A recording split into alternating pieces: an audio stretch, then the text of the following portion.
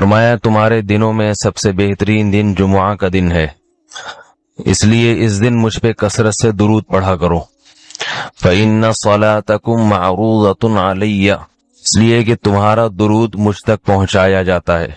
सहाबी ने पूछा, या रसूल अल्लाह कैफ़ तुअरज़ु अलैका सलातुना वक़द अरमता, हमारा दुरूद आप तक कैसे पहुंचाया जाएगा जबकि आप जब दुनिया से जाएंगे, कब्र में जिस्म आपका खत्म हो जाएगा, तो हमारा दुरूद आप तक कैसे पहुंचेगा।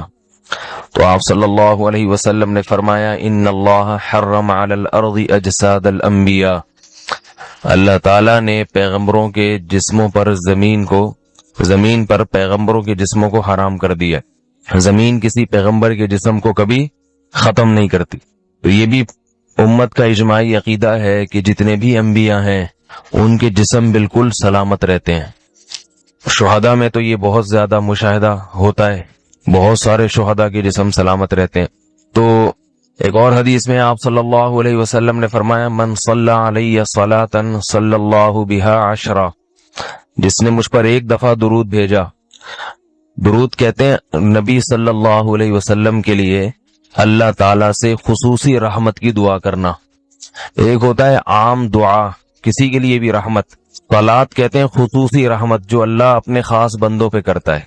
इसलिए सलात का जो लफ्ज है ना, ये दुरूद और सलात, ये पैगंबर के अलावा किसी के लिए जायज नहीं है, क्योंकि ये सलात खास किसके खासा है, ये पैगंबरों का। इसलिए हम अल्लाहुम्मा सल्ली अला मुहम्मद तो कह सकते हैं, लेकिन यूं नहीं कह सकते अल्लाहुम्मा सल्ली अला फुलान। तो वो सल्ली जो है ना, सलात, ये खास किस्म की रहमतें होती हैं जो अल्लाह पैगंबरों पर भेजते हैं। तभी कुरान में आता है उलाइका अलैहिम सलावातुम मिर रब्बिहिम रहमा, कि जो लोग सब्र करते हैं उन पर अल्लाह की खुसूसी रहमतें भी हैं और रहमत भी है। तो पता चला सलात और रहमत में फर्क है। सलात आला किस्म की रहमतों को कहते हैं। तो आप सल्लल्लाहु अलैहि वसल्लम ने फरमाया, जिसने मेरे लिए एक मर्तबा रहमत की दुआ की, दुरूद शरीफ पढ़ा मेरे लिए, तो अल्लाह उस पर 10 रहमतें भेजते हैं। और जुमुआ के दिन ज्यादा फजीलत है दुरूद शरीफ पढ़ने की। अलबत्ता ये जो जुमुआ के दिन में हदीस मशहूर है कि 80 साल के गुनाह माफ होते हैं जुमा के दिन दुरूद पढ़ने से, ये हदीस सनद के लिहाज से कमजोर है। लेकिन ये जो मैंने हदीस पढ़ी कि जुम्मे का दिन सबसे बेहतर दिन है, फअक्सिरू अलैया मिनस सलाति फीही, लिहाजा इस दिन मुझ पे कसरत से दुरूद पढ़ा करो, ये बिल्कुल सही हदीस है। तो जुमुआ के दिन दुरूद शरीफ की इजाफी फजीलत है। आज चूंकि जुमुआ का दिन है, इसलिए मैंने कहा कि इस बारे में थोड़ी सी बात करूं। एक और हदीस में आता है, रसूलुल्लाह सल्लल्लाहु अलैहि वसल्लम ने फरमाया, ला तजअलू कब्री ईदा वसल्लु अलैया फइन्न सलातकुम तबलुगुनी हैथु कुंतुम, फरमाया मेरी कब्र को ईदगाह ना बनाओ। जैसे मेलों की जगह होती है ना, मेले ठेले, ईद पे जब सब लोग जमा होकर खुशियां मनाते हैं, तो जैसे मज़ारों पे होता है ना, कव्वालियां हो रही हैं और ये मेले ठेले हो रहे हैं, आजकल देखा है। तो पहले जमाने में भी जब कोई नेक आदमी दुनिया से जाता था तो लोग उसकी कब्र पे धरने मार के बैठ जाते थे, और वो मुजाविर और ये सब जो हमारे यहाँ होता है। तो आप सल्लल्लाहु अलैहि वसल्लम ने मना किया कि मेरी कब्र के साथ ये कुछ मत करो, अलबत्ता मुझ पे दुरूद पढ़ा करो। और फरमाया कि तुम जहां से भी दुरूद पढ़ोगे ये मुझ तक पहुंचेगा। और हदीस में रसूलुल्लाह सल्लल्लाहु अलैहि वसल्लम ने फरमाया, मा मिन अहदिन युसल्लिमु अलैया इल्ला रद्दल्लाहु अलैया रूही फअरुद्दु अलैहि, कि जब भी कोई मुझ पर सलाम भेजता है, अल्लाह मेरी रूह को मेरे जिस्म में लौटाते हैं और मैं उसके सलाम का जवाब देता हूँ।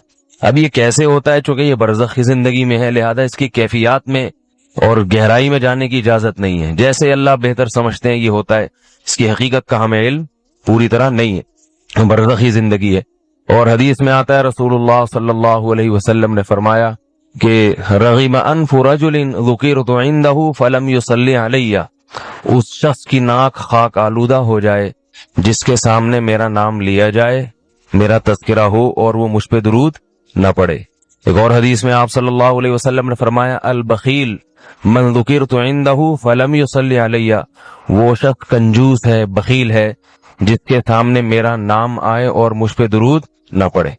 यानी इतनी बड़ी शख्सियत और इतने बड़े मोहसिन आजम का तज़किरा आ रहा है और इसकी जबान से दुआ भी नहीं निकलती, तो इससे बड़ा कंजूस दुनिया में कौन हो सकता है। एक और हदीस में आप सल्लल्लाहु अलैहि वसल्लम ने एक शख्स को दुआ मांगते हुए देखा जिसने दुरूद शरीफ पढ़े बगैर दुआ शुरू कर दी। तो आप सल्लल्लाहु अलैहि वसल्लम ने फरमाया, इसने दुआ में जल्दी की है। फिर फरमाया, तुम में से जब किसी शख्स को दुआ मांगनी हो तो पहले अल्लाह की हम्दो सना पढ़े, फिर मुझ पर दुरूद भेजे। कुरान मजीद में भी अल्लाह ने हुक्म दिया, इन्नल्लाह व मलाइकतहु युसल्लूना अलन नबी, कि अल्लाह और उसके फरिश्ते, अल्लाह भी रहमत भेजते हैं और फरिश्ते भी रहमत की दुआ करते हैं। या अय्युहल्लज़ीना आमनू सल्लु अलैहि वसल्लिमू तस्लीमा, ईमान वालो तुम भी मोहम्मद सल्लल्लाहु अलैहि वसल्लम पर दुरूद भेजा करो और सलाम भेजा। दुरूद और सलाम में फर्क यह है कि दुरूद अल्लाह की रहमत और सलामत कहते हैं कि हर बुराई से, हर मुश्किल से, हर मुसीबत से बचाएं।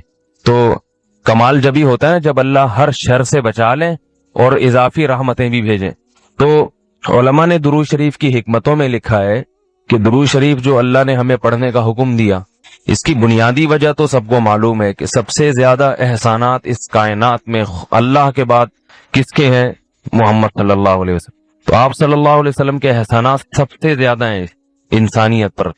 या अय्युहन्नास अंतुमुल फुक़राउ इलल्लाह, तुम सब के सब अल्लाह के दर के फकीर, सारे पैगंबर, सारे फरिश्ते, सब मखलूक अल्लाह के सामने सब फकीर हैं और अल्लाह ने किसी को भी इख्तियारात नहीं दिए। हाँ, मोजज़ा इसे कहते हैं कि अल्लाह पैगंबर के हाथ में कोई काम कर लेता है, करने वाला वहां अल्लाह ही होता है, पैगंबर को इख्तियार नहीं दिया होता। अल्लाह वही करता है कि आप चांद को इशारा करें, मैं 2 टुकड़े कर दूंगा, लेकिन टुकड़े करने के इख्तियारात आपके पास नहीं है कि आप जब चाहेंगे इशारा करेंगे टूट जाएगा। ना ना ना, अगर इख्तियारात आते तो मूसा अलैहिस्सलाम हर दफा अल्लाह से ना पूछते कि अब लाठी का क्या करना है। मैंने अल्लाह कह देता कि लाठी को सांप बनाने का इख्तियार दे दिया ना, बस आपके पास राइट है, आप जब चाहे करें। तो ये हजारों आ रहे हैं तो आपके पास तो इख्तियार है। मूसा अलैहिस्सलाम थोड़ी खौफजदा होते जब जादूगरों ने रस्सियां फेंकी, हजारों सांप बन के दौड़ी, तो मूसा अलैहिस्सलाम सोचते मेरे पास तो इख्तियार है कि मैं जब छू करूंगा लाठी क्या बन जाएगी, अजदा। ना ना ना, कुरान कहता है औ जैसा फी नफ्सी खीफतम मूसा, मूसा डर गए, खौफजदा हो गए दिल में। ये कुरान की बलागत देखो, कुरान कह रहे दिल में खौफजदा। ये दिल का लफ्ज क्यों? खौफ तो दिल में ही होता है। ये इशारा है कि मूसा अलैहिस्सलाम चूंकि मुकाबले में थे तो खौफ को जाहिरी तौर पे नहीं तारी होने दिया कि दुश्मन देखेगा तो वो उसको फतह की उम्मीदें हो जाएंगी, तो दिल के अंदर ही खौफजदा हुए, वो खौफ जाहिर नहीं पे आने नहीं दिया। इसलिए जब लोग दूसरी शादी करके मुझसे मिल रहे होते हैं ना, बहुत खुशी में, बहुत नाइस टू मीट यू, मुझे पता होता है ये दिल में इसके क्या हो रहा है, दिल रहा है कि ऊपर ऊपर से हमें बेवकूफ बना रहा है। ये बहुत नाइस टू मीट यू, मैं नहीं ऐसा था तो तुम कहां से ऐसे हो गए यार। हमने अब की थी हमारी अंदर से हालत होती है, पता है हमारी तकरीर सुन के तुम हमसे 2 हाथ आगे निकल रहे हो क्या। तो मुकाबला जब होता है तो खौफ हो भी तो दुश्मन को ये दिखाया जाता है हमें खौफ नहीं है, लेकिन कुरान मूसा अलैहिस्सलाम सैयदुल हजरत मूसा कलीमुल्लाह की कैफियत अल्लाह जानता था। अल्लाह ने कहा औ जैसा फी नफ्सिही खीफतम मूसा, जब हजारों सांप देखे मूसा दिल में घबरा गए, ये क्या होगा। तो अल्लाह कहते हैं कुल्ना ला तखफ इन्नका अंतल आला, ए मूसा खौफजदा मत हो, आज फतह तेरी होगी। अलकी माफी यमीनिक, दाएं हाथ में जो लाठी है डाल जमीन पे। तो लाठी को सांप बनाने के इख्तियारात हजरत मूसा के पास नहीं थे, चांद के 2 टुकड़े करने के इख्तियारात सय्यदुल अंबिया के पास नहीं थे। अल्लाह ने मोजज़े दिखाए हैं कि जब मैं चाहूंगा किसी पैगंबर या किस पैगंबर के हाथ पे मोजज़ा जाहिर होता है, वली के हाथ पे करामत जाहिर होती है। इसमें इख्तियारात नहीं आ जाते, इख्तियारात अल्लाह के पास ही होते हैं। बाज लोग कहते हैं जी फरिश्ते भी तो बारिश बरसाते हैं और ये करते हैं, तो फिर फरिश्तों से बारिश की दुआएं क्यों नहीं मांगते? इसलिए कि इख्तियारात थोड़ी हैं, सब इख्तियारात किसके पास हैं? अल्लाह के पास। कभी मौत के फरिश्ते से पनाह मांगी, भाई चला जाए यहाँ से, पता है भाई ये तो अल्लाह के हाथ में। डॉक्टरों से तो पनाह मांग लेते हैं लोग, भाई रहीम साहब थे ना कब्रिस्तान से गुजरते मुंह पे कपड़ा डाल देते, मतलब क्यों कह रहे, शर्म आती है, सारे मेरे पहुंचाए गए। वो डॉक्टरों से तो जाबिर जालिम किस्म के होते हैं जिनकी रेपुटेशन अच्छी नहीं होती। हमारे एक जानने वाले डॉक्टर थे, इंजेक्शन हाथ में लेके बैठते थे, वो जो पेशेंट आ रहे खोख रहे हैं एंटीबायोटिक के, मैंने यार ये डॉक्टर है कसाई है ये। मेरे बच्चे को चोट लग गई, थोड़ा सा उसके गोमड़ा आ गया ना, हमें तो बचपन में बहुत चोटें लगी हैं, तो नेचुरल है यार, बच्चे के गोमड़े भी फूलते हैं। उसको ये मैंने कहा ये डॉक्टर सही है, इसको लगता है बचपन में कभी चोट लगी नहीं है। तो मेजॉरिटी डॉक्टरों की अच्छी ही होती है अल्हम्दुलिल्लाह, ऐसा नहीं है, क्योंकि हमने भी डॉक्टर के पास ही जाना है। मैंने बस शेर गेम खेलते हैं हम गेम हमेशा खैर, तो ये वैसे भी अच्छी होती है, हकीकत बताओ। इसलिए कि आजकल डॉक्टरों के खिलाफ यूट्यूब पे बड़ा प्रोपेगेंडा है, फिर लोग जाली लोगों के पास जाते हैं तो सेहतें बर्बाद करते हैं। तो कितनी साफ सुथरी तालीमात हैं अल्लाह की, है भाई। अल्लाह तो शरीको बिही शैआ, अल्लाह कहते हैं अल्लाह के साथ किसी को शरीक नहीं करना। दूसरे नंबर पे क्या है, अल्लाह का हक है ना, उसके बाद ह्यूमन राइट्स आते हैं कि नहीं आते। काफिर लोग कहते हैं विमेन राइट्स, जानवरों के राइट्स है कि नहीं है, मजदूरों के राइट्स, कितनी डिटेल है ना गैर मुस्लिमों के यहाँ, राइट्स ही राइट्स है, कस्टमर के राइट्स और अवाम के हुकूक, हुकूमत के हुकूक वगैरह वगैरह, पूरी एक तफसील है। कुरान कहता है सबको परे रखो, ये सब बाद में है। सबसे पहले जो तुम्हारे अच्छे अखलाक और तुम्हारी इताअत और तुमने नरम, वो तुम्हारे वालिदैन। आज वालिदैन का चैप्टर गैर मुस्लिमों की डिक्शनरी से निकल गया। वो कुत्तों के साथ अच्छे हैं, माँ बाप के साथ अच्छे नहीं है। ओल्ड हाउस में उनका बूढ़ा बुत्ता नहीं जाता, वो मौत तक साथ रहता है। अब्बा जैसे ही बूढ़ा हुआ उसका ठिकाना ओल्ड होम, अम्मा बुढ़ी हुई उसका ठिकाना बोलो ओल्ड होम। क्यों? बुढ़ापे में माँ बाप की खिदमत के लिए जो मोटिवेशन चाहिए वो बायोलॉजी और फिजिक्स की किताबों से नहीं मिलती, साइंसदानों से नहीं, वो मजहब से मिलती है, कुरान से मिलती है। वो मोटिवेशन हमारे पास है, वो जापानियों के पास नहीं, वो यूरोप के पास नहीं है। कभी वो अच्छे साइंसदान होते हैं, अच्छी औलाद नहीं होते वो अपने माँ बाप के लिए।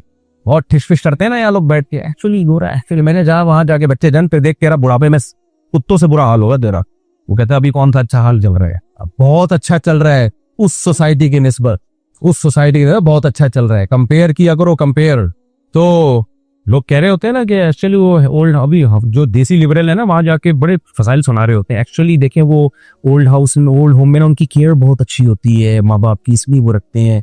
तो बूढ़े कुत्ते को भी जमा करा दो ना वहां पे भाई। मोहब्बत मोहब्बत कहती है मेरे पास रहे। माँ तो जितनी बूढ़ी हो उतनी अच्छी लगती है कि नहीं लगती? बाप जितना बूढ़ा हो उतना अच्छा लगता है, उतना दिल चाहता है यार इसके कदमों में बैठो।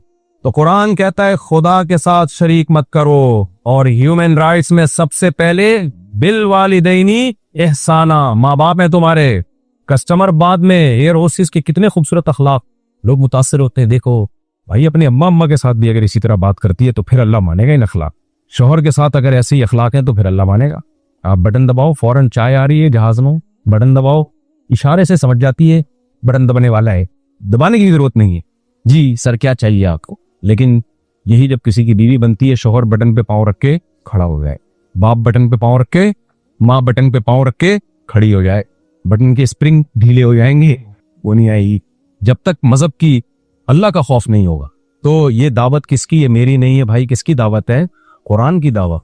तो अल्लाह कहता है कि वला तुशरिकू बिशैइन बिल वालिदैनि इहसाना व बिज़िल कुर्बा वल यतामा।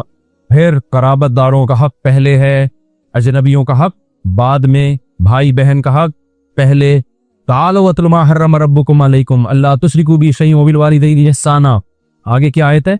नहीं, सूरह बनी इसराइल की जो आयतें मैं पढ़ रहा हूँ, नहीं, सूरह अनाम की आयतें हैं। तालो वतलु मा हर्रम रब्बुकुम अलैकुम अल्ला तुशरिकू बिशैइन बिल वालिदैनि इहसाना वला तक़्तुलू औलादकुम खशियत इमलाक़ नहनु नर्ज़ुकुकुम व इय्याहुम, नहनु नर्ज़ुकुहुम व इय्याकुम, इस तरह या तो कुम पहले है हम बाद में। फरमाया अपनी औलाद को गुर्बत के खौफ से कत्ल मत करो, हम तुम्हें भी रिज़्क़ देते हैं और इनको भी। माँ के पेट में हमल को जाया करना भी इसी में आता है। देखो बच्चा, अगर कोई औरत रोकती है कि सेहत खराब हो रही है बार बार बच्चे होने से, ये जायज है। समझ में आ रही है बात कि भाई सेहत इजाजत नहीं दे रही है, या 4-5 बच्चे हो गए संभल नहीं रहे हैं तो थोड़ा गैप कर लो, जायज है, कोई हराम नहीं है। लेकिन आज जो बच्चे रोके जा रहे हैं, महंगाई का दौर है, अफोर्ड नहीं कर सकता, इस आमदन में 4 बच्चे नहीं पाले जा सकते, इस खौफ से बच्चे रोकना कि खिलाऊंगा कहां से, कुरान की नजर में नाजायज है, हदीस की नजर में नाजायज। आपको समझ में आएगा। अगर आपको नहीं समझ आती, मौलवी लोग ऐसे बातें करते हैं, भाई अल्लाह को मानना है को मानो, नहीं मानना तो आपकी मर्जी, क्या कह अल्लाह खुद ही पूछ लेगा आपसे। लोग कहते हैं असल में ग्राउंड रियलिटी देख के ये मौलाना लोग नहीं चलते। ग्राउंड रियलिटी है कि चीनी महंगी हो गई है, ग्राउंड रियलिटी ये कहती है एक गरीब आदमी 30,000 में अपनी बीवी का पेट पाले या अपने बच्चों का पेट पाले। ग्राउंड रियलिटी से हट के ये मौलाना लोग हमें लेके जाते हैं। ग्राउंड रियलिटी अगर मादा परस्ती का चश्मा लगा के देखी जाए तो कुछ और है, और अकल का चश्मा लगा के देखी जाए तो कुछ और है। तभी तो कुरान मादा परस्तों को कहता है ये ला याकिलून, इनमें अकल नहीं है। ग्राउंड रियलिटी ये कहती है कि बच्चा पैदा होते ही माँ की छातियों में दूध आ जाता है। समझते हो कि नहीं समझते? जब तक नहीं होता तो दूध नहीं आता। जैसे ही पैदा हुआ, पहले माँ रोटी खा रही थी, उस रोटी से बच्चे की आंख बन रही थी। ग्राउंड रियलिटी है या नहीं है? माँ जब रोटी खा रही थी, उस रोटी से बच्चे की कान बन रहे थे। ग्राउंड रियलिटी है या नहीं है? माँ जो रोटी खाती थी अब तो पिज़्ज़ा बर्गर खा रही है, तो भी बच्चे भी बर्गर जैसे निकल रहे हैं। माएँ तो बयान सुनेंगी, वो बोलेंगे हम तो भी खाते भाई, रोटी खाए रहे तो टाइम हो गया। सफेद आटे के पराठे खा रहे हैं आजकल, खैर बच्चा भी पराठा बन गए। तो जो भी खाए, रोटी तो एक किनाया है ना खुराक से।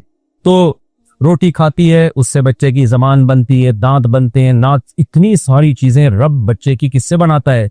रोटी से। ग्राउंड रियलिटी है या नहीं है? इधर बच्चा मार्केट में आया, दुनिया में आया, उसी रोटी से अल्लाह की कुदरत हरकत में आती है। बिल्कुल एक डिफरेंट चीज दूध बनना शुरू हो जाता है, और वो दूध माँ की छातियों में आ जाता है। बच्चे को कुछ भी नहीं पता, कुछ भी नहीं, लेकिन उस भुन्ने को ये पता है दूध मिलेगा कहां से और हलक में उतरेगा कैसे। पैदा होते ही ना अम्मा की छातियां तलाश करना शुरू कर देता है, ऐसे ऐसे घूम रहा होता है गुन्ना बन के, किधर गया। इतनी होशियारी, जिसको 1.5 होशियारी भी कम है इसके सामने। इससे पता चलता है भाई कैलकुलेटर कुछ और कहते हैं, लेकिन जो रब अर्श पे बैठा हुआ है ना, वो गाफिल नहीं है। उसका निजाम है, उसका सिस्टम है। काफिर तो सिर्फ कैलकुलेटर लेके बैठे रहता है। अभी इतनी आमदन है तो एक गोरा जो है ना सारी जिंदगी कैलकुलेटर लेके बैठा है। अभी मेरी एक्चुअली इतनी अर्निंग है, तो मैं आजकल जो पढ़े लिखे लोग हैं ना वो यही कर रहे होते हैं। एक्चुअली मेरे जो दोस्त ज्यादा पढ़ लिए ना वो अब तक कमाने घूम रहे हैं, 50 साल के हो गए। वो कहते हैं एक्चुअली देखें, जब आदमी अपने पाँव पे खड़ा होगा तो उसके बाद फिर एक्चुअली जब इतनी अर्निंग होगी तो फिर एक वाइफ, फिर एक बच्चा, फिर बच्चे भी बड़ी स्टाइल के साथ, तमीज के साथ ना। अभी इतना गैप, क्योंकि डॉलर 3 साल के बाद यहाँ पहुंच जाएगा, तो 3 साल के बाद दूसरा बच्चा, डॉलर के हिसाब से बच्चे एडजस्ट किए गए उन्होंने। मुल्क की हालात ठीक हो जाएंगे, बहरी अकाउंट दोबारा ऊपर आना शुरू हो जाएगा। इस हिसाब से वो कैलकुलेशन लेके बैठे हुए हैं। बुढ़े हो गए, मैं कहता हूँ अब कुत्ता खरीद लो मेरे भाई। इस बुढ़ापे में बच्चों को चाहिए था तुम्हें पालते, ना कि तुम अब इस उम्र में बच्चे पालो। दिलावा यतीम करने के लिए अब क्या बच्चे पैदा कर रहे हो। तो इसलिए कुरान को पता था ये मादा परस लोग इनको गुमराह कर देंगे, इसलिए कुरान ने कहा औलाद, रिस्क की तंगी में औलाद। अरब कत्ल करते थे क्योंकि हमल रोक नहीं सकते थे, वो जानते नहीं थे हमल कैसे रोका जाता है या जाया कैसे किया जाता है। तो अब उसका ऑल्टरनेट तलाश कर लिया। अब डिजिटल तरीके आ गए हैं, माँ के पेट में बच्चे को मार दिया जाता है, रोक लिया जाता है हमल। तो औरत की सेहत की वजह से हमल रोक रहे हैं, जायज है। संभल नहीं रहे, थोड़ा वफा हो जाए, जायज है। कि इस नीयत से खिलाऊंगा कहां से, और मेजोरिटी इसी बेस पे कर रही है, जायज नहीं। और माँ ने लिखा है कि इस आयत में नहनु नरज़ुकुकुम व इय्याहुम में अल्लाह ने नुकुकुम पहले बयान किया है कि औलाद को मत मारो, हम तुम्हें भी रोजी देंगे, इनको भी। बाप की रोजी में बरकत पहले आएगी बरकत। तो इस्लाम कहता है कसरत औलाद रिस्क में बरकत का जरिया है, रिस्क की तंगी का जरिया नहीं है। आप कह सकते हो भाई पाकिस्तान में इतनी आबादी तो तभी गुर्बत है। ना ना ना, ये आबादी कम होती तो और गुर्बत होती। अभी तो जवानों के त्रेशो ज्यादा है, तभी तो खाने पीने को मिल रहा है। वरना आपकी गवर्नमेंट के पास ओल्ड हाउस भी नहीं है जो बूढ़ों को पाले। वो माँ बाप डिवाइड हो जाते हैं जवान बच्चों पे, सब मिलके खिला रहे होते हैं। एक आध बच्चा होता है, किस पे डिवाइड होता ही है। बच्चा कहता अब्बा मैं खाऊं या तुम्हें खिलाऊं मैं। ओल्ड हाउस होता तो ओल्ड हाउस में क्या यहाँ का क्या होता। तो यहाँ तो हम तो खाई आबादी की बेचते रहे हैं, समझ रहे हो। और जिन मुल्कों ने नस्ल रोकी उनका हाल क्या हुआ है जाके जरा देखो तो सही। उस पर तो मैं बयान करूंगा तो बहुत लंबा बयान हो जाएगा, मैं बात को समेट रहा हूं। तो अल्लाह ने फरमाया तीसरी बात, वाला तक़रबू माल अल यतीम, यतीम के माल के करीब मत फटको। देखो दुनिया में हमेशा उसका हक दिया जाता है जिस हक का मुतालबा करने वाला मौजूद होता है। जहां मुतालबा करने वाला ही ना हो तो हक पी जाते हैं लोग। जिस बच्चे के लड़की या लड़के का बाप मर गया तो बाप ही तो होता है जो मुतालबा करता है अपने बच्चों का। जब बाप ही मर गया तो मुतालबा करने वाला कोई रहा नहीं है। तो कुरान ने यतीम के माल की हिफाजत का हुक्म दिया। कैसे? यतीम के माल की हिफाजत का मतलब ये नहीं है कि आप ईदी सेंटर में यतीम बच्चों की चप्पलें ना चुराएं जाके वहां पे। यतीम के माल का मतलब यह है कि आपके भाई की डेथ हो गई तो उसके छोटे बच्चे हैं, चाचा या ताया उसकी विरासत पे नजरें लगा के मत बैठे। चचा खा जाता है, बाज़ दफा बड़ा भाई खा जाता है। अब्बा की डेथ हो गई, छोटे छोटे बहन भाई हैं, बड़ा भाई कारोबार के नाम पे सारा पैसा लगा के सिर्फ क्या कर रहा होता है, छोटी बहनों को ईद बकरीद पे कपड़े बेच दिए। और जब वो पैसे मांगती है, देखो मैं हूं ना तुम्हारा भाई, कोई जरूरत हो तो मुझे बताना। अबे कम्बख्त, तू 1 करोड़ की दुकान है, देना उसको। क्यों नहीं दे रहा भाई?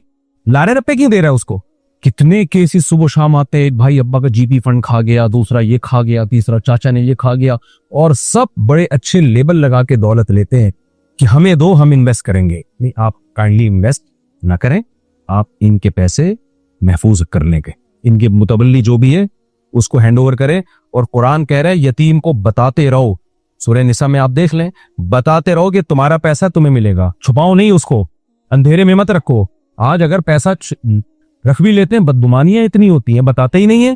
कह रहे ना भाई, ये बड़ा भाई जो पैसे खर्च कर रहा है, पता नहीं चल रहा है ये अब्बा के पैसों से कर रहा है, अपने पैसों से ये देखें खिला रहे हैं, क्या कर रहे हैं। तो कुरान कहता है यतीम के माल की हिफाजत भी करनी है, उसको बताते भी रहना है, ये तुम्हारा पैसा है, जब तुम समझदार हो जाओगे तुम्हारा ही है, हम नहीं कहीं लेके जाओ, खुद से बताना है उसके पूछे बगैर। और यहाँ डर रहे होते हैं पूछ ना ले। तो यतीम किनाया है कमजोर से। क्या मतलब? कमजोर का माल मत खाओ। अल्लाह को पता है ताकतवर का तो वैसे ही नहीं खाओगे। एक आदमी गया ना, चाकू निकाला, तेरी जेब में जो कुछ है निकाल दे। उसने पिस्टल निकाली, उसने कहा ये था जेब में, अब तेरी जेब में जो कुछ है निकाल।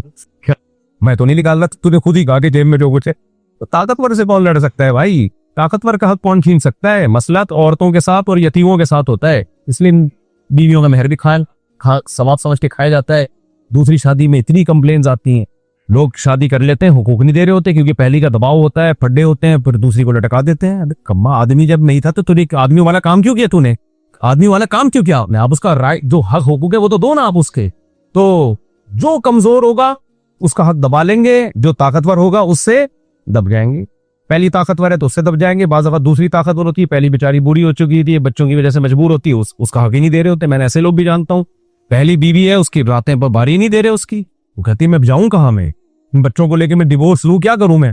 तो यतीम ये किनाया है किससे? कमजोर से। कमजोरों का हक बोलो।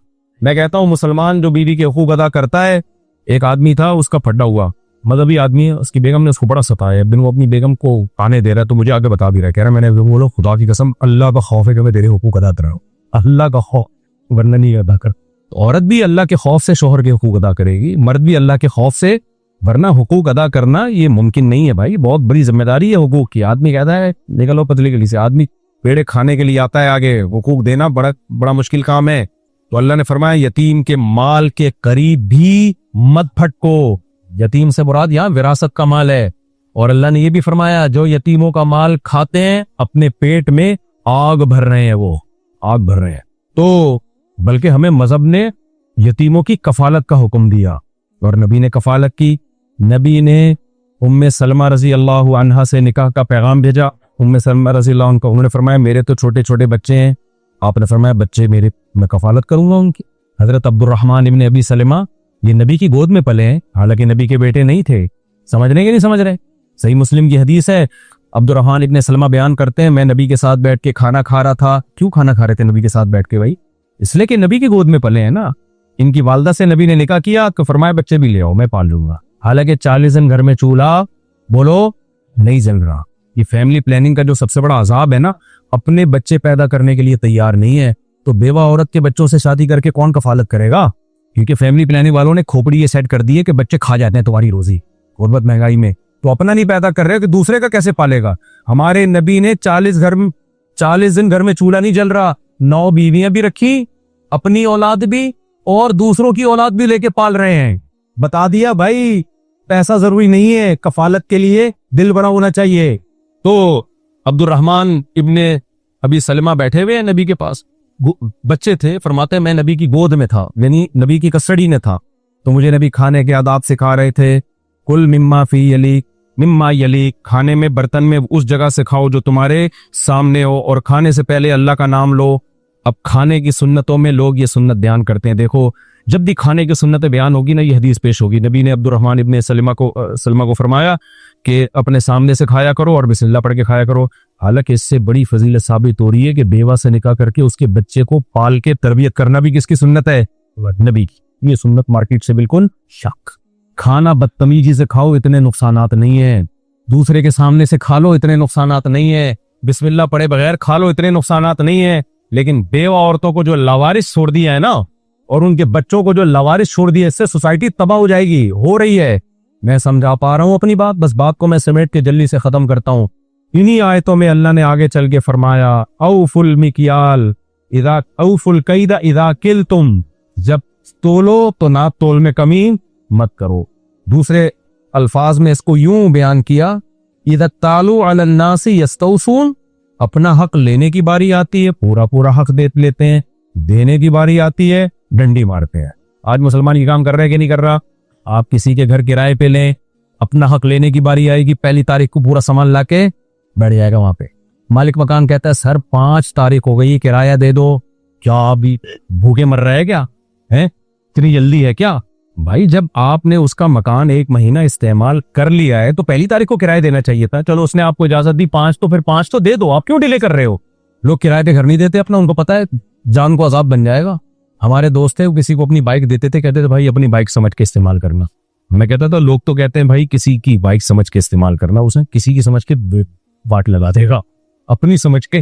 ठेकेदार एक घर वो है जो अपने लिए बनाता है, एक घर वो है जो पहनाने के लिए बनाता है। दोनों में जमीन आसमान का फर्क होता है कि नहीं होता? अपने लिए जो घर बनाएगा उसमें आप भड़ी के लिए कील ठोके, ड्रिल मशीन से भी नहीं ठोकेगी वो। जो बेचने के लिए बनाता है कील ठोकेंगे, प्लस्तर पूरा निकल के बाहर। ये सब मुशाहिदे की बातें हैं। प्लस्तर पूरा बाहर है, नलका ज्यादा टाइट किया पूरा ही घूम जाएगा, हर थकी हुई चीज लगाएगा। पहनाना है ना, पहनाना है, पहनाओ निकलो यार, फिर वो खुद ही भुगतता रहेगा।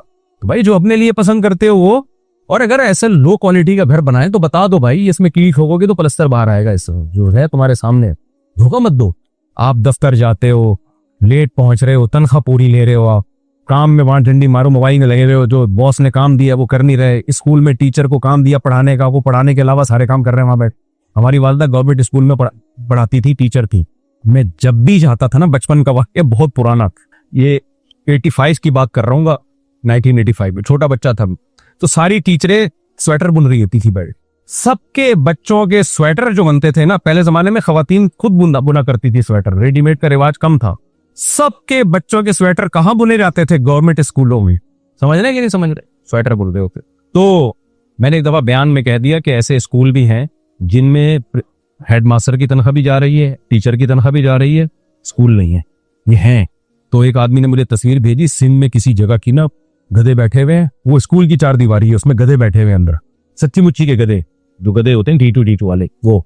और कहा हेडमास्टर की तनख्वाह भी जा रही है, स्कूल टीचर की तनख्वाह भी जा रही है। हमसे मसला पूछते हैं। एक टीचर का फोन आया कि भाई मुझे तनख्वाह घर बैठे मिल रही है तो मैं क्या करूं? मैंने कहा पढ़ाई बगैर हराम है तनख्वाह। कह रहे मैं तो जाना चाहता हूँ, स्कूल ही नहीं है, स्कूल में गधे घोड़े बंधे रहे हैं, गवर्नमेंट बना ही नहीं रही। तो मैंने कहा भाई जायज फिर भी नहीं, क्योंकि गवर्नमेंट का पैसा नहीं है, ये अवाम का पैसा है, अवाम आपको पढ़ाने के बदले में दे रही है। अगर गवर्नमेंट ने स्कूल ही नहीं बना पाई है, और कागज में है वो स्कूल, कागज में ये है कि टीचर भी जा रहे हैं और बच्चों के माशाल्लाह इतने नंबर, बच्चों के नंबर भी घर पहुंच रहे हैं। और नंबरों का क्राइटेरिया क्या है? ये मेरा मामू है, इसके नंबर, ये मेरे मामू का बच्चा है तो इसके नंबर 70, ये चूंकि सगा भाई है 80, ये भाई भी है इससे, और ये इसने मेरा फला काम बनाया था 90, ये हो रहा है। तो टीचर की तनख्वाह ऐसी सूरत में हलाल नहीं है, क्योंकि अल्लाह कहते हैं जब तुम हक दे नहीं रहे हो तो ले कैसे रहे हो?